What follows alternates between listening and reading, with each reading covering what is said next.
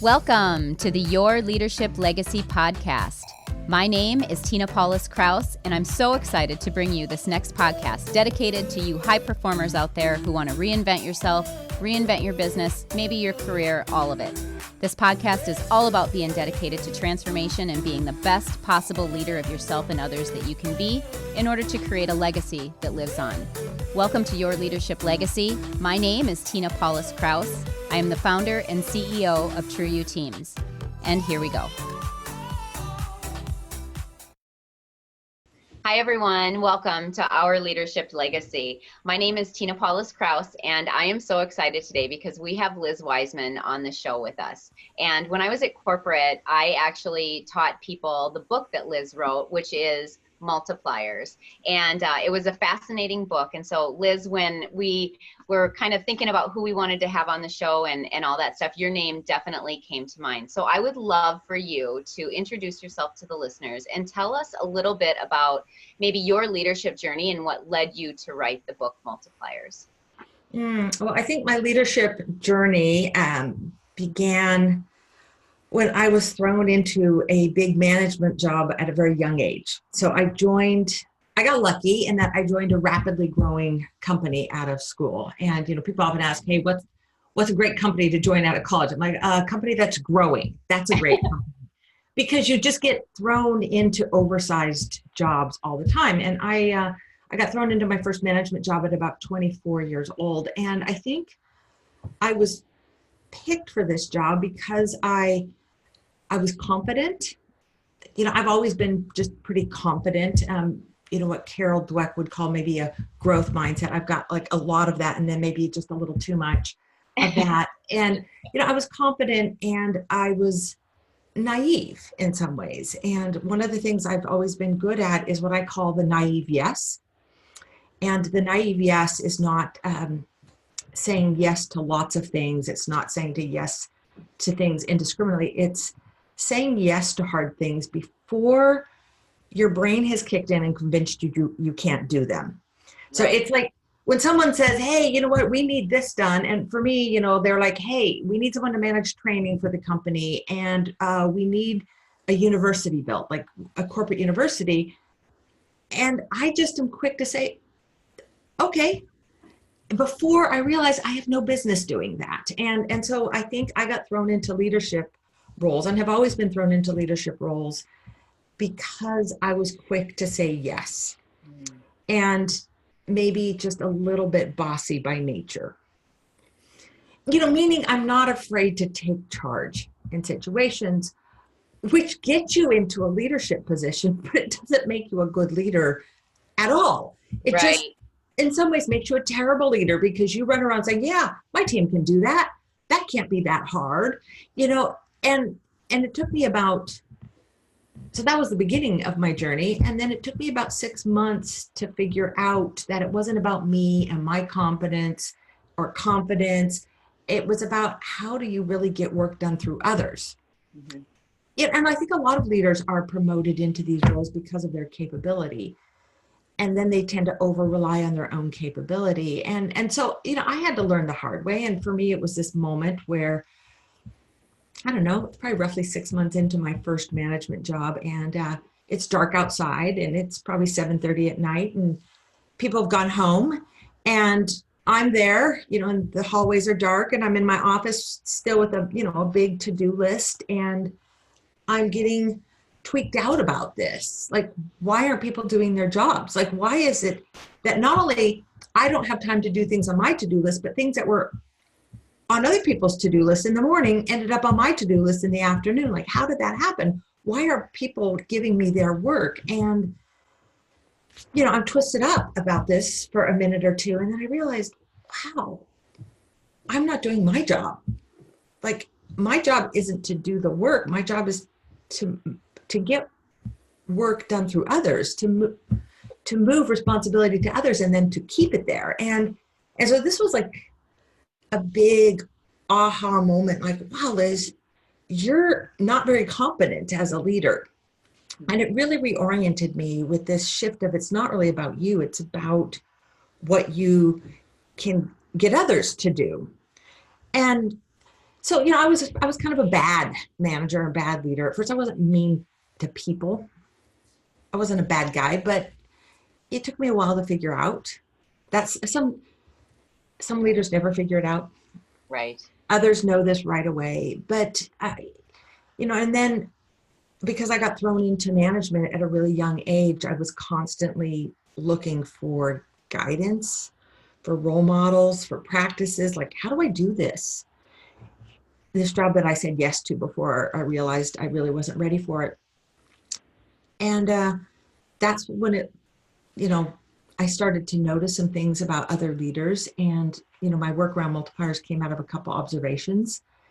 One was, wow, some leaders are really smart, but they just kill the smarts of others. Like, they're big and capable and smart, but no one around them gets to be big and capable and smart. Like, they're energy killers on teams. And I came to call these leaders diminishers, and I noticed a very different kind of leader who was smart and capable, but yet that leader used their intelligence in a way that brought out smarts and capability in others. Like, they had a viral intelligence in some ways. And so it was this observation I had at Oracle that led me to this question more than an insight, really.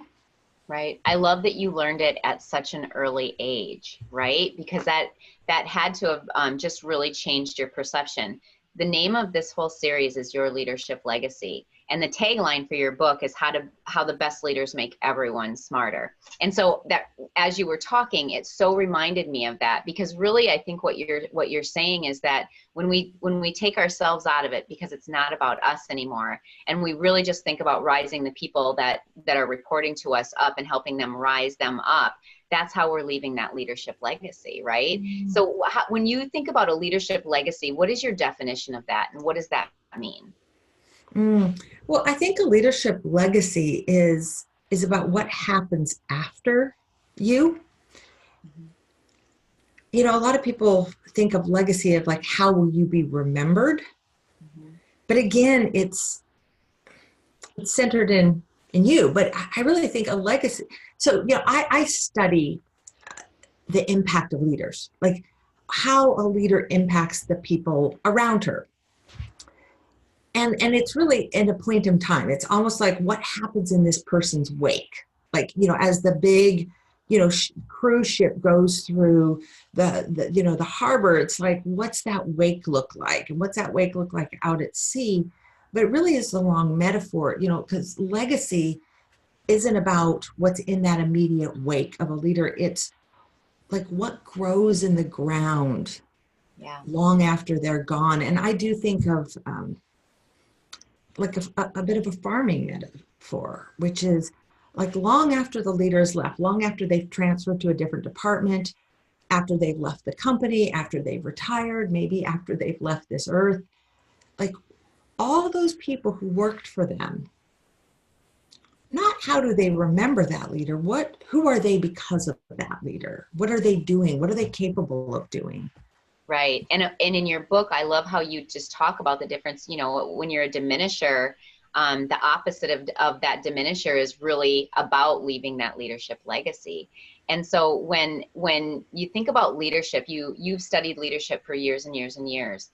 How has leadership changed over time? How has it evolved? How is it different leading today and tomorrow than it has been maybe in the past? Well, I think most of our thinking about leadership has come out of hierarchy, and this sense of not only hierarchy, because we know so much of leadership has come out of like militaristic command and control models of leadership, but not only hierarchy, but about permanency, meaning it's a job. Like when I was a kid, there was a game show, and I think it was Wheel of Fortune, and this was back before they gave out money, and they gave out prizes. And I remember there was a line, it was probably Pat Sajak who said this is, once you buy a prize, it's yours to keep. It's like something I remember hearing on TV when I was a kid. And we often have thought about leadership this way, which is, it's like once you get the prize of leadership, it's yours to keep. Meaning you've been put into the ranks of leadership, almost like in the military, you've been made an officer and commissioned and you've been put in charge. And so you're going to stay in charge. And, our organizations are now, we're moving to more of a gig economy where, of course, organizations are flattening. The hierarchy is starting to erode in organizations, but permanency is eroding in that so many people don't just hold one job with one boss. A lot of people have lots of bosses and lots of stakeholders. And so leadership, I think, is becoming a lot more fluid, where it's a role that you play and not just, okay, I'm the leader for this team for now, but I'm the leader for this hour, not even de jour. It's for the hour, meaning, and Google is one of my favorite organizations with how they think about this. It's one of the 5 criteria they look for when they hire leaders, is they look for people who have this fluid orientation to leadership, meaning they're comfortable taking the lead. They're comfortable like squaring their shoulders. I'm the boss. I'm willing to make hard decisions, make tough calls, lead the team, do all the things I need to. But I'm also comfortable leading the role of leader and becoming a follower, so that they're as comfortable, like in the 2:00 meeting, they're the boss, they take charge, they lead the team, but then they walk down the hall to the 3:00 meeting. And in the 3:00 meeting, maybe one of their peers is the boss, or maybe one of their employees or staff members or someone 2 or 3 levels below them in the organization is the one anointed to be the leader for this topic, issue, initiative, project. And they're as comfortable following that person's lead as they are taking the lead. Yeah. And this is not, once you buy a prize, it's yours to keep, like we have to be willing to not just step up, but we have to be able to step back and let other people lead. It's probably more like the geese in flight, flying in that V formation, which is, one of them goes out and pulls as the lead flyer, and they pull and others kind of follow in their, drafting off them. But then when they're tired, they kind of roll back and somebody else takes the lead. It's sort of a shared temporary model. Yeah. So if I'm a leader and I'm watching this interview with you and I'm stuck because maybe my leadership style in the past has been more of a tell, more of a fix, more of a hierarchy power kind of a thing. And I know that I need to shift, and I know I need to move in the future where it's more about teams and it's more about, the stuff that you were just talking about. What is the one piece of advice that you would give somebody listening that's really struggling with where do I even start? I would probably start in 2 places. I'm trying to think of what's the smallest increment.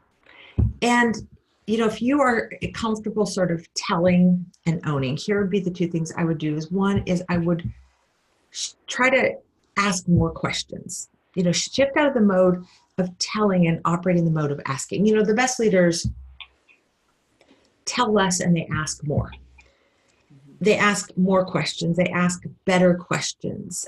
They have good questions, ready questions that can lead conversations. So what's the smallest thing you could do is maybe try leading a meeting by only asking. I call this the extreme question challenge. Yeah. It's hard, but it's small. And I'm not saying operate like this forever. I'm suggesting maybe a first step would be to just pick one conversation and say, I'm only going to ask questions and see if I can help move this issue forward, help influence the outcome of it. That's one. And the second thing I might try, a small shift in the right direction, is to put somebody else in charge. Now, that sounds huge and scary. I'm not suggesting putting someone in charge of something big, but picking something small, something controlled, something bounded, and giving somebody else 51% of the vote in that. Right. This is one that I probably developed. This maybe is going back to my own leadership journey. I got thrown into management early on. I've had really big corporate jobs and executive jobs, and I run a company today, but none of that has taught me, all that combined hasn't taught me as much as I've learned being a mom. and a parent. And one of the things I practiced really early on with my kids is giving them, I think maybe the psychologists call it bounded choices, which is like not putting your kids in charge. Like that's, in some ways, there's a lot of parents that abdicate responsibility and just kind of like let their kids call the shots. That would not be my house. But like picking something small, like, well, you can't entirely dress yourself for the snow, but do you want to wear your red shirt or your blue shirt? And then I've tried to progressively give my children bigger and bigger areas to be entirely responsible for. But you don't start there. So maybe a foray into this kind of leadership is pick an area of a initiative, project, a department where you can really say, hey, you're in charge of this, not me. Yeah. Right. And also reading your book, because I think that your book, if I'm that leader and I really want to kind of move forward into this new style of leadership, I need to understand where my gaps are. I need to understand, maybe where some of my blind spots are. And I think as I was reading your book, what became loud and clear to me is it really helped me understand where some of my blind spots were. So I wanted to throw that out there too, because I think that would be a good place for somebody to start as well if they're thinking about that. And I think that when I go there, I'm talking about self-leadership. And that's really the last question that I want to kind of end this with is on self-leadership. What does that mean to you and why is it so important to really be able to manage yourself? Well, I bet there's lots of different definitions of self-leadership. And that's fun because my mind races with, what does that mean? Like, is self-leadership like how to get yourself out of bed in the morning, or how to get yourself, and I think some people might think how to get yourself to do something, how to provoke yourself to take action. I think of it more as self-regulation and self-restraint. And it might be because of what I study and write about and teach about. But what I find is that most leaders are having too big of a footprint. They're dispensing themselves too often, too early. And, I think when I look at great executives, I see restraint. So, there's one of that came to mind, and this is Tim Cook at Apple. A lot of people have read about him, and I just got this great opportunity to do some work for him. And this was back when I was working on Multipliers, but I was doing a lot of executive coaching at Apple, and as part of that, I was invited to go meet with Tim one-on-one. I hadn't met Tim before, and I knew of Steve Jobs, and of course I knew of Steve's reputation. And I knew that Tim was Steve's right hand, and the COO of Apple. And so this is back before he was the CEO of Apple. And I went to go meet with him, and I went in sort of body armor because honestly, I figured he probably was a jerk and sort of maybe a big ego.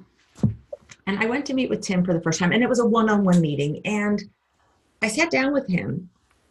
And I have to admit it, I was completely charmed by him as a leader because his focus was totally on the issue, like everything else that was worrying him. Like he had this ability to set it aside, which is a quality of great leaders, is they've got all this stuff going on, maybe shareholder lawsuits, customers that just drop big things, and they can set it aside and they can focus on the here and now.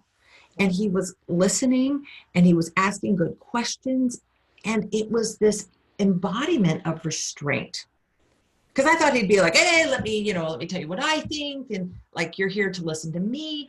And it was the exact opposite. And I find that the best leaders have incredible levels of restraint.